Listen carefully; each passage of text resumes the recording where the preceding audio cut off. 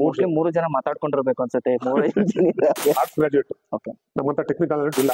Exam room ಅಂದ್ರೆ ನಮ್ದೆಲ್ಲ online exams ಎಲ್ಲ ವರ್ಷಗಟ್ಟಲೆ ಪ್ರಿಪೇರ್ ಮಾಡಬೇಕು. ಎಕ್ಸಾಮ್ ಆಯ್ತು, ಎಕ್ಸಾಮ್ ಆದ್ಮೇಲೆ ವ್ಯಾಲ್ಯೂಯೇಷನ್ 3 ತಿಂಗಳು. ಐಡಿಯಾಲಜಿ ಬಂದಿದೆ ಯಾರಿಂದ ಸರ್? ಅದು ನಮ್ಮ ಮಗದ್ದೇ ಇಲ್ಲ. ಆ ಕಲ್ಚರ್ಲಿ US ಲೆವೆಲ್ಗೆ ಇಂಡಿಯಾದಲ್ಲಿ ಈ ಕಂಪ್ನಿ ಓಪನ್ ಮಾಡ್ಬೇಕು ಅಂತ ಅವ್ರು ಬಂತು. ಇದನ್ನ ಇಂಡಿಯಾದಲ್ಲಿ ಇಂಪ್ಲಿಮೆಂಟ್ ಮಾಡ್ಬೇಕು, ಎಸ್ಪೆಷಲ್ ಕರ್ನಾಟಕದಲ್ಲಿ ಮಾಡ್ಬೇಕು ಅಂತ ಭಾರಿ ಟ್ರೈ ಮಾಡ್ತಾ ಇದ್ದಾರೆ. ಅವ್ರು ಕೇಳೋದು ಈಗ CET ನಡೀತಾ ಇದೆ, ಏನಾಗಿದೆ ನಿಮ್ದನ್ನ ಯಾಕೆ ಇಂಪ್ಲಿಮೆಂಟ್ ಮಾಡ್ಬೇಕು? ಬೇಡ, ನಿವೃತ್ತಿ ಆಯ್ತು 2014 ನಿವೃತ್ತಿ ಆದ್ಮೇಲೆ ಆರಾಮ ಜೀವನ ಮಾಡ್ಬೋದು, ಇನ್ನೇನು ಕೆಲಸ ಇಲ್ಲ. ಅದು ಆಕ್ಚುಲಿ ಹೇಳ್ಬೇಕು ಅಂತಂದ್ರೆ ಈಗ ಎಲ್ಲರಿಗೂ ಶರಣು ಶರಣಾರ್ಥಿ. ಕೈಗೆ ದಾನವೇ ಶ್ರೇಷ್ಠ ಎಂಬಂತೆ ಇವತ್ತು ನನಗೆ ಒಂದು ಸರ್ವಜ್ಞನ ವಚನದಿಂದ ಈ ಸಂದರ್ಶನವನ್ನ ನಾನು ಪ್ರಾರಂಭ ಮಾಡ್ತೀನಿ. ಸಿರಿ ಬಂದಾಗ ಕರೆದು ದಾನವ ಮಾಡು, ಸಿರಿ ಬಂದಾಗ ಕರೆದು ದಾನವ ಮಾಡು, ಪರಿಣಾಮ ಹೊಕ್ಕು ಪದ ಹೊಕ್ಕು ಕೈಲಾಸ, ನೆರೆಮನೆ ಹೊಕ್ಕು ಸರ್ವಜ್ಞ. ಇದ್ರ ಅರ್ಥ ಏನಪ್ಪಾ ಅಂತಂದ್ರೆ, ಸಿರಿ ಬಂದಾಗ ತನ್ನಷ್ಟು ತಾನೇ ಇಟ್ಕೊಳ್ದೇನೆ ಅದನ್ನ ಇನ್ನೊಬ್ಬರ ಒಂದು ಉಪಯೋಗಕ್ಕೆ ಅನುಕೂಲವಾಗುವಂತೆ ದಾನ ಮಾಡಿದರೆ ಅದರ ಒಂದು ಪದ ಹೊಕ್ಕು ಅಂತಂದ್ರೆ ಎಲ್ಲರ ಒಂದು ಮಾತಲ್ಲಿ ಕೂಡ ನಿಮ್ಮ ಒಂದು ಹೆಸರು ಇರುತ್ತೆ. ಹಾಗೆ ಪರಿಣಾಮ ಹೊಕ್ಕು, ಅದರಿಂದ ಪರಿಣಾಮ ಏನಾಗುತ್ತೆ ಅಂತಂದ್ರೆ ನಿಮ್ಮ ಮನೆ ಅನ್ನೋದು ಕೈಲಾಸ ಆಗುತ್ತೆ ಅಂತ ಈ ಒಂದು ಸರ್ವಜ್ಞನ ಒಂದು ವಚನದಲ್ಲಿ ಅಡಗಿರ್ತಕ್ಕಂಥ ಒಂದು ಸತ್ಯವನ್ನ ನಾನು ಹೇಳುತ್ತಾ ಬನ್ನಿ. ಇವತ್ತು ನಮ್ಮ ಜೊತೆಗೆ ಒಬ್ಬ ವಿಶೇಷ ಅತಿಥಿಗಳಿದ್ದಾರೆ, ಅವರೇ ಡಾಕ್ಟರ್ ರೇವಣ್ಣ. ನಮಸ್ತೆ ರೇವಣ್ಣ ಸರ್. ನಮಸ್ತೆ ಸರ್. ನಮಗೆ ಇವತ್ತು ಡಾಕ್ಟರ್ ರೇವಣ್ಣ ಅಂತ ಗೊತ್ತು, ಆದ್ರೆ ಡಾಕ್ಟರ್ ರೇವಣ್ಣ ಆಗೋದಕ್ಕಿಂತ ಮುಂಚೆ ನೀವು ಮೂಲತಃ ಬಂದ್ಬಿಟ್ಟು ಒಬ್ಬ ವಿದ್ಯಾರ್ಥಿ ಆಗಿರ್ತೀರಾ. ಅದಾದ್ಮೇಲೆ ಯುವಕರಾದ್ಮೇಲೆ ಒಂದು ಕೆಲಸದ ಹಂತಕ್ಕೆ ಬರ್ತೀರಾ. ಅವೆಲ್ಲವನ್ನು ನಾವು ಪುನರಾವರ್ತಿಸಿಕೊಂಡಾಗ ನಮಗೆ ನಮ್ಮ ಏಳು ಬೀಳು ನಮ್ಮ ಕಷ್ಟದ ಬಗೆಗೆ ನಾನು ಕೆಲವೊಂದು ಪ್ರಶ್ನೆಗಳನ್ನ ನಿಮ್ಗೆ ಕೇಳ್ತಾ ಹೋಗ್ತೀನಿ. ದಯವಿಟ್ಟು ನಮ್ಮ ವೀಕ್ಷಕರಿಗೆ ಇವತ್ತು ನೀವು ನಿಮ್ಮ ಒಂದು ಪರಿಚಯ ಅಂತಂದ್ರೆ ಹುಟ್ಟೂರಾಗಿರ್ಬೋದು ಅಥವಾ ನಿಮ್ಮ ತಂದೆ ತಾಯಿಯರಂತಹ ಅವರ ಪರಿಚಯವನ್ನ ನಮ್ಮ ವೀಕ್ಷಕರಿಗೆ ಮಾಡ್ಕೊಡ್ಬೇಕು ಅಂತ ಕೇಳ್ತೀನಿ. ನಮಸ್ತೆ, ನನ್ನ ಹೆಸರು ರೇವಣ್ಣ. ಈಗ ಡಾಕ್ಟರ್ ರೇವಣ್ಣ ಆಗಿದ್ದೀನಿ. ನನ್ನ ಹುಟ್ಟೂರು ಮಂಡ್ಯ ಜಿಲ್ಲೆ KR ತಾಲೂಕು ಬುಕ್ಕನಕೆರೆ ಹೋಬಳಿ ರಾಜನಹಳ್ಳಿ ಅಂತ ಸಣ್ಣದ ಹಳ್ಳಿ. ನನಗೆ ಬುದ್ಧಿ ಬಂದಾಗ ಒಂದು 25 ಮನೆ ಇತ್ತು, ಇವಾಗ ಒಂದು 50-60 ಆಗಿರ್ಬೋದು. ಆ ಗ್ರಾಮದಲ್ಲಿ RS ಆಲೇಗೌಡ ಮತ್ತು ಲಕ್ಷ್ಮಮ್ಮ ದಂಪತಿಗೆ 2ನೇ ಮಗನಾಗಿ ಹುಟ್ಟಿದ್ದೆ. ನಮ್ಮ ತಂದೆಗೆ 5 ಜನ ಮಕ್ಕಳು. ಮೊದಲನೇವರ ಅಪ್ಪಾಜಿಗೌಡ, 2ನೇವರು ನಾನು, 3ನೇವರು ಚಂದ್ರೇಗೌಡ, 4ನೇಳು ಗೌರಮ್ಮ ಮತ್ತು ಲಲಿತಾ ಅಂತ 2 ತಂಗಿರು. ನಾವು 5 ಜನ ಕುಟುಂಬ. ಪ್ರಾಥಮಿಕ ಶಾಲಾ ವಿದ್ಯಾಭ್ಯಾಸ ಎಲ್ಲ ನಮ್ಮೂರ ಪಕ್ಕ ಗಂಜಿಗೆರೆ ಗ್ರಾಮದಲ್ಲಿ ನಡೆದಿದ್ದು. ಇನ್ನು ಪ್ರೌಢಶಾಲೆ ಎಲ್ಲ ಬೂಕನಕೆರೆ ಅಂತೇಳಿ, ಅಲ್ಲಿಂದ ಕಾಲೇಜು ವಿದ್ಯಾಭ್ಯಾಸ ಎಲ್ಲ ಮೈಸೂರಿನ ಮಹಾರಾಜ ಕಾಲೇಜಲ್ಲಿ ಸ್ಟಡಿ ಮಾಡಿದೆ. ಕೊನೆಗೆ ದೈಹಿಕ ಶಿಕ್ಷಣದಲ್ಲಿ ಪದವಿ ಪಡೆದು ಆ ಗ್ರಾಜ್ಯುಯೇಷನ್ ಮುಗಿಸಿದೆ. ಆ ಗ್ರಾಜ್ಯುಯೇಷನ್ ಮಾಡ್ತಾ ಇರ್ಬೇಕಾದ್ರೆ ನಮಗೆ ಭದ್ರಾವತಿ ವಿಶ್ವೇಶ್ವರಯ್ಯ ಮತ್ತು ಕಬ್ಬಿಣ ಮತ್ತು ಉಕ್ಕಿನ ಕಾರ್ಖಾನೆಯಲ್ಲಿ ಕ್ರೀಡಾಪಟುವನ್ನ ಬೇಕು ಅಂತೇಳಿ ಕಾಲ್ಫರ್ ಮಾಡಿದ್ರು. ಅದಕ್ಕೆ ಅಪ್ಲೈ ಮಾಡಿದೆ. ಅಲ್ಲಿ ಕ್ರೀಡಾಪಟುವಾಗಿ ಜಾಯಿನ್ ಆಗಿ 35 ವರ್ಷ ಸುದೀರ್ಘ ಸೇವೆ ಸಲ್ಲಿಸಿ ನಿವೃತ್ತಿ ಆದೆ.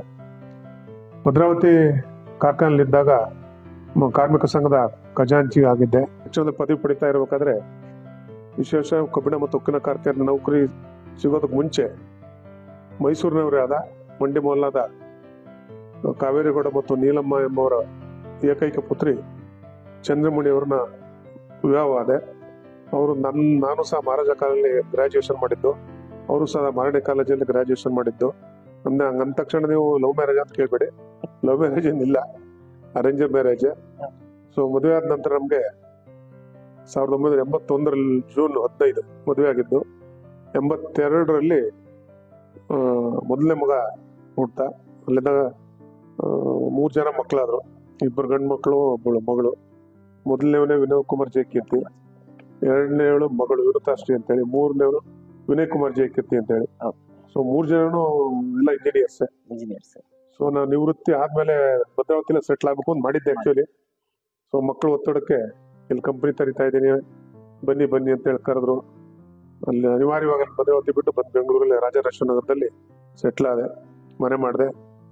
ಮಕ್ಕಳ ವಿದ್ಯಾಭ್ಯಾಸ ಅಂತ ಬಂದಾಗ ನೀವು ಅದು ಇದೇ ತರ ಆಗ್ಬೇಕು ಅಂತ ಅವರ ಕನಸಿಗೆ ನೀವು ಸಾಥ್ ಕೊಟ್ರು, ಅಥವಾ ನೀವು ಈ ಒಬ್ಬೊಬ್ರು ಈ ತರ ಆಗ್ಲಿ ಅನ್ನೋದಕ್ಕೆ ನೀವೇನಾದ್ರೂ ಬೇರೆ ಪ್ರಯತ್ನಗಳು ಮಾಡ್ತಾ ಇದ್ರು? ಹಾಗೆ ಓಪನ್ ಆಗಿ ಹೇಳ್ಬೇಕು, ನಿಮ್ ಮುಂದೆ ಬಂದ್ರೆ ಅಂತ ಹೇಳಿದ್ರೆ 3 ಜನ ಸಾಥ್ ಕೊಟ್ಟೇ ಇಲ್ಲ.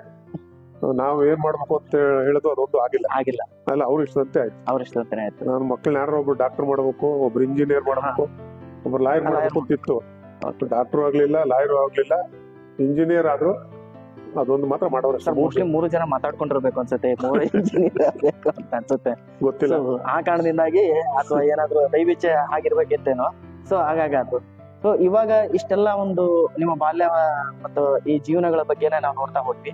ಇವಾಗ ಒಬ್ಬ ವ್ಯಕ್ತಿ ಏನಪ್ಪಾ ಅಂತಂದ್ರೆ ಬಿಫೋರ್ ದಟ್ ನಮ್ಗೊಂದು ಲೈಫ್ ಒಂದು ಸೆಟ್ಲ್ ಇಷ್ಟೇ ಮುಗೀತು ಅನ್ಕೊಂತಾರೆ. ಸೊ ನಿಮ್ದು ಆ ತರ ಆಗಿರ್ಲಿಲ್ಲ. ನಿಮ್ದು ಏನಾಯ್ತು ಅಂತಂದ್ರೆ ಪದೇ ಪದೇ ನಾನು ಇಲ್ಲಿಂದ ಈ ಸ್ಟೇಜ್ ಇಂದ ಇನ್ನೂ ಸ್ವಲ್ಪ ಮುಂದಕ್ಕೆ ಹೋಗ್ಬೇಕು, ಇನ್ನೂ ಏನಾದ್ರೂ ಮಾಡ್ಬೇಕು ಅನ್ನೋ ಛಲ, ಸೊ ಅದು ಮೈಗೂಡಿಸ್ಕೊಂಡಿರೋದ್ರಿಂದ ಈ ಒಂದು ಸಾಧನೆಗೆ ಏನಾದ್ರೂ ಹಿನ್ನೆಲೆ ಕಾರಣ ಏನಾದ್ರೂ ಇತ್ತ ಸರ್? ಅಥವಾ ನಿಮಗೆ ಈ ತರ ಏನಾದ್ರೂ ಒಂದು ಒಳಗಡೆ ಇರ್ತಕ್ಕಂಥ ನೋವು ಅಥವಾ ಯಾರಾದ್ರೂ ಯಾವ ತರ ಏನಾದ್ರೂ ಒಂದು ಈ ತರ ಬೆಳಿಬೇಕು ಅಂತ ನಿಮಗೆ ಛಲ ಬಂದದ್ದು ಯಾವಾಗ? ನಮ್ಗೆ ಬೆಳಿಬೇಕು ಅಂತ ಛಲ ಅಂತ ಹೇಳಕ್ಕಾಗಲ್ಲ. ನಿವೃತ್ತಿ ಆಯ್ತು 2014 ನಿವೃತ್ತಿ ಆದ್ಮೇಲೆ ನಾವು ಆರಾಮ ಜೀವನ ಮಾಡ್ಬೋದು, ಇನ್ನೇನು ಕೆಲಸ ಇಲ್ಲ, ಬೆಳಿಗ್ಗೆ 10 ಗಂಟೆಗೆ ಹೋಗ್ಬೇಕು, 5 ಗಂಟೆಗೆ ಬರ್ಬೇಕು ಅನ್ನೋದು ತಪ್ಪು. ಆರಾಮಾಗಿರೋಣ ಅಂತ ಬೆಂಗಳೂರಿಗೆ ಬಂದ್ವಿ. ಸೊ ಇಲ್ಲಿಗೆ ಬಂದ್ಮೇಲೆ ನಮಗ ಈ ಕಂಪನಿ ಓಪನ್ ಮಾಡ್ದ examroom.ai ಅಂತ.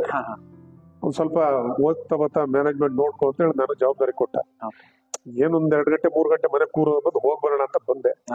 ಈಗ ಅದು ಆಕ್ಚುಲಿ ಹೇಳ್ಬೇಕು ಅಂತಂದ್ರೆ ಈಗ ನಾನು ಕೆಲ್ಸಕ್ಕೆ ಸೇರಿದಾಗ ಮಾಡ್ತಿದ್ದ ಕೆಲ್ಸಕ್ಕಿಂತ ಡಬಲ್ ಕೆಲಸ ಆಗ್ಬಿಡ್ತಿದ್ದೆ. ಅವಾಗ ಟೋಟಲ್ ಓವರ್ ಆಲ್ ಕೆಲಸ ಮಾಡ್ತಿದ್ದೆ, ಸ್ವಲ್ಪ ಜವಾಬ್ದಾರಿ ಕಡಿಮೆ. ಇವಾಗ ನಮ್ದೇ ಆದ ವೈಯಕ್ತಿಕ ಕಂಪ್ನಿ ಆಗಿರುತ್ತೆ, ನಮ್ಗೆ ಜವಾಬ್ದಾರಿ ಜಾಸ್ತಿ. ಸೊ ಈ ನಿಟ್ಟಿನಲ್ಲಿ ಕೆಲಸ ಮಾಡ್ತಾ ಬಂದೇವಿನ ನಾವೇನ್ ಅದೇ ಆಗ್ಬೇಕು ಇದೇ ಆಗ್ಬೇಕು ಅಂತೇನಿಲ್ಲ, ದಾರಿ ಬಂದಂಗೆ ಹೋಗ್ತಾ ಇದೀವಿ. ಈ ಎಕ್ಸಾಮ್ ರೂಮ್ ಅಂತಕ್ಕಂತ ಒಂದು ಸಂಸ್ಥೆ ಸ್ಟಾರ್ಟ್ ಆದ ಹಿನ್ನೆಲೆ ಯಾವ ರೀತಿ ಆಯ್ತು ಸರ್? ಸರ್ ಆಕ್ಚುಲಿ ಹೇಳ್ಬೇಕು ಅಂದ್ರೆ ಇದು ನನಗಂತೂ ಆರ್ಟ್ಸ್ ಗ್ರಾಜುಯೇಟ್, ನಮ್ಮಂತ ಟೆಕ್ನಿಕಲ್ ನಾಲೆಡ್ಜ್ ಇಲ್ಲ. ಸೊ ಬಟ್ ನಮ್ಮ ಮಕ್ಕಳೆಲ್ಲ ಟೆಕ್ನಿಕಲ್ ನಾಲೆಡ್ಜ್ ತುಂಬಾ ಇದೆ. ಮೊದಲನೇ ಮಗ ವಿನೋದ್ ಕುಮಾರ್ ಜಯಕೀರ್ತಿ ಅನ್ನೋರು ಯಾವ್ದು ಕಂಪ್ನಿಯಲ್ಲಿ ಏಜಿಸ್ ಕಂಪ್ನಿಯಲ್ಲಿ ಕೆಲಸ ಮಾಡ್ತಿದ್ರು ಇಲ್ಲಿ.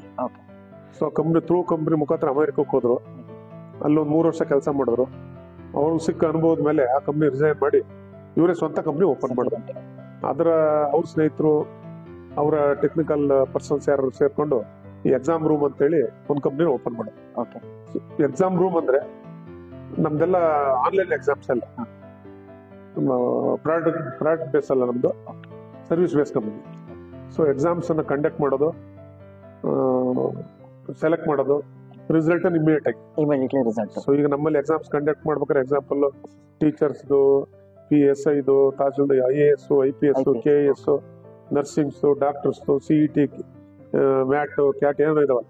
ಈ ಎಕ್ಸಾಮ್ಸ್ ಅಲ್ಲಿ ಏನ್ ಮಾಡ್ತಾರೆ ಅಂದ್ರೆ ವರ್ಷಾನುಗಟ್ಲೆ ಕ್ವಶನ್ ಪೇಪರ್ ಪ್ರಿಪೇರ್ ಮಾಡ್ತಾರೆ, ವರ್ಷಾನುಗಟ್ಲೆ ಪ್ರಿಪೇರ್ ಮಾಡ್ಬೇಕು.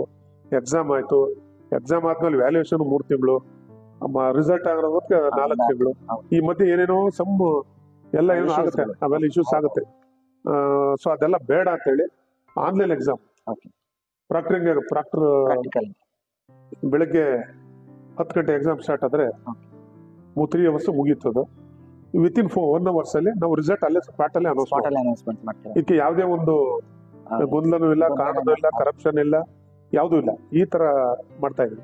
ಸೊ ಒಂಥರ ನೀವು ಏನು ನಿಮ್ಮನ್ನ ಅಲ್ಲೇ ಅದೇ ಟೈಮಲ್ಲೇ ನಿಮ್ಮ ಏನು ಅಂತ ನೀವು ಏನಾಗಿದ್ದೀರ ಅನ್ನೋದಕ್ಕೆ ಅಲ್ಲೇ ಮೌಖಿಕವಾಗಿ ಅವರಿಗೆ ಒಂದು ಪರೀಕ್ಷಾ ಮೌಖಿಕತೆಯನ್ನ ಡೈರೆಕ್ಟ್ ಆಗಿ ಫಲಿತಾಂಶ ಯಾವುದೇ ರೀತಿ ಇಲ್ಲಿ ಫ್ರಾಡ್ ಇಲ್ಲದೇನೆ ಆ ಟೈಮಲ್ಲೇ ಮುಗಿಸ್ಬಿಡ್ತೀವಿ. ಸೊ ಇದು ಒಂದು ರೀತಿಯಲ್ಲಿ ಹೇಳ್ಬೇಕಂತಂದ್ರೆ ಇಂದಿನ ಮತ್ತು ಮುಂದಿನ ಪೀಳಿಗೆಗೆ ಇದು ಪೂರಕವಾಗಿ ಲಿಂಕ್ ಅಲ್ಲೇ ಹೋಗುತ್ತೆ. ಯಾಕಂತಂದ್ರೆ ಸೊ ನಾವೆಲ್ಲ ಎಕ್ಸಾಮ್ ಬರ್ದಿರೋದು ಮೌಖಿಕವಾಗಿ ಮತ್ತು ಲಿಖಿತವಾಗಿ. ಹಿಂದೆ ಏನ್ ಬರ್ದಿದ್ವಲ್ಲ ಅದು ಪ್ರೊಸೆಸಿಂಗ್ ನೀವು ಹೇಳ್ದಂಗೆ ಯಾವಾಗ 6 ಮಂತ್ 5 ಮಂತ್ ಅವಾಗ ಒಂದು ಟೆನ್ಷನ್, ಅಯ್ಯೋ ಏನಾಗುತ್ತೆ ನಾ ತಂದೆ ತಾಯಿಗೆ ಒಂದು ಟೆನ್ಷನ್. ಇವಾಗ ಯಾರಿಗೂ ಇಲ್ಲ, ಫ್ರಾಕ್ಷನ್ ಆಫ್ ಮಿನಿಟ್ಸ್ ಅಥವಾ ಅವರ್ಸ್ ಅಲ್ಲೇ ಅವರಿಗೆ ರಿಸಲ್ಟ್ ಕೊಟ್ಬಿಡ್ತೀವಿ. ಈ ಐಡಿಯಾಲಜಿ ಬಂದಿದೆ ಯಾರಿಂದ ಸರ್? ಅದು ನಮ್ಮ ಮಗಂದೇ ಇಲ್ಲ, ಮಗಂದ ವಿನೋದ್ ಕುಮಾರ್ ಜೆ. ಸೊ ಅವರು ಈ ಬೇಸಿಸ್ ಅನ್ನ ಮುಂಚೆ ಎಲ್ಲಿಂದ ನಮ್ಮ ಕರ್ನಾಟಕದಲ್ಲಿ ಸ್ಟಾರ್ಟ್ ಮಾಡ್ಬೇಕು ಅಂತ ಅವ್ರಿಗೆ ಹೆಂಗ್ ಬಂತು? ಅದೇನಾದ್ರೂ ನೀವು ಅದು US ಅಲ್ಲಿ US ಕಲ್ಚರ್ಗೆ ಸೆಟ್ ಆಗಿರೋದವರು. ಸೊ ಆ ಕಲ್ಚರ್ US ಲೆವೆಲ್ಗೆ ಇಂಡಿಯಾನಲ್ಲಿ ಈ ಕಂಪ್ನಿ ಓಪನ್ ಮಾಡ್ಬೇಕು ಅಂತ ಅವ್ರಿಗೆ ಬಂತು. ಕಂಪ್ನಿ ಓಪನ್ ಮಾಡ್ದ, ವರ್ಕ್ ಸ್ಟಾರ್ಟ್ ಆಯ್ತು. ಇದಾಗಲೇ 6ನೇ ವರ್ಷ. ಬಟ್ ಇದನ್ನ ಇಂಡಿಯಾದಲ್ಲಿ ಇಂಪ್ಲಿಮೆಂಟ್ ಮಾಡ್ಬೇಕು, ಎಸ್ಪೆಷಲಿ ಕರ್ನಾಟಕದಲ್ಲಿ ಮಾಡ್ಬೇಕು ಅಂತ ಭಾರಿ ಟ್ರೈ ಮಾಡ್ತಾ ಇದ್ದಾನೆ. ಬಟ್ ನಮ್ಗೆ ಸಾಕಷ್ಟು ಸಹಕಾರ ಸಿಗ್ತಾ ಇಲ್ಲ. ಈಗ ಸರ್ಕಾರದ ಲೆವೆಲ್ ಅಲ್ಲಿ 2-3 ಸಾರಿ ಹೋಗಿ ಸಂಬಂಧಪಟ್ಟ ಎಜುಕೇಶನ್ ಮಿನಿಸ್ಟರ್ ಮೇಲೆ ಭೇಟಿ ಆಗಿದೆ.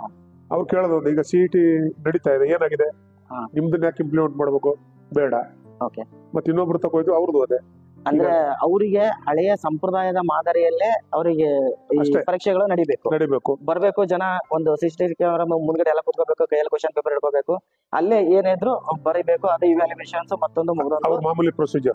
ಬೇರೆ ರೀತಿಯ ಇರ್ತಕ್ಕಂತ ಒಂದು ಅವಕಾಶಗಳಿಗೆ ಅವರು ಇದು ಕೊಡ್ತಾ ಇಲ್ಲ, ಮಾನ್ಯತೆಯನ್ನ ಕೊಡ್ತಾ ಇಲ್ಲ. ಸೊ ಅದು ಮುಖ್ಯವಾಗಿ ಇವಾಗ ಕೈ ಹಿಡಿದ ರೀತಿ ಆಗ್ತಿದೆ.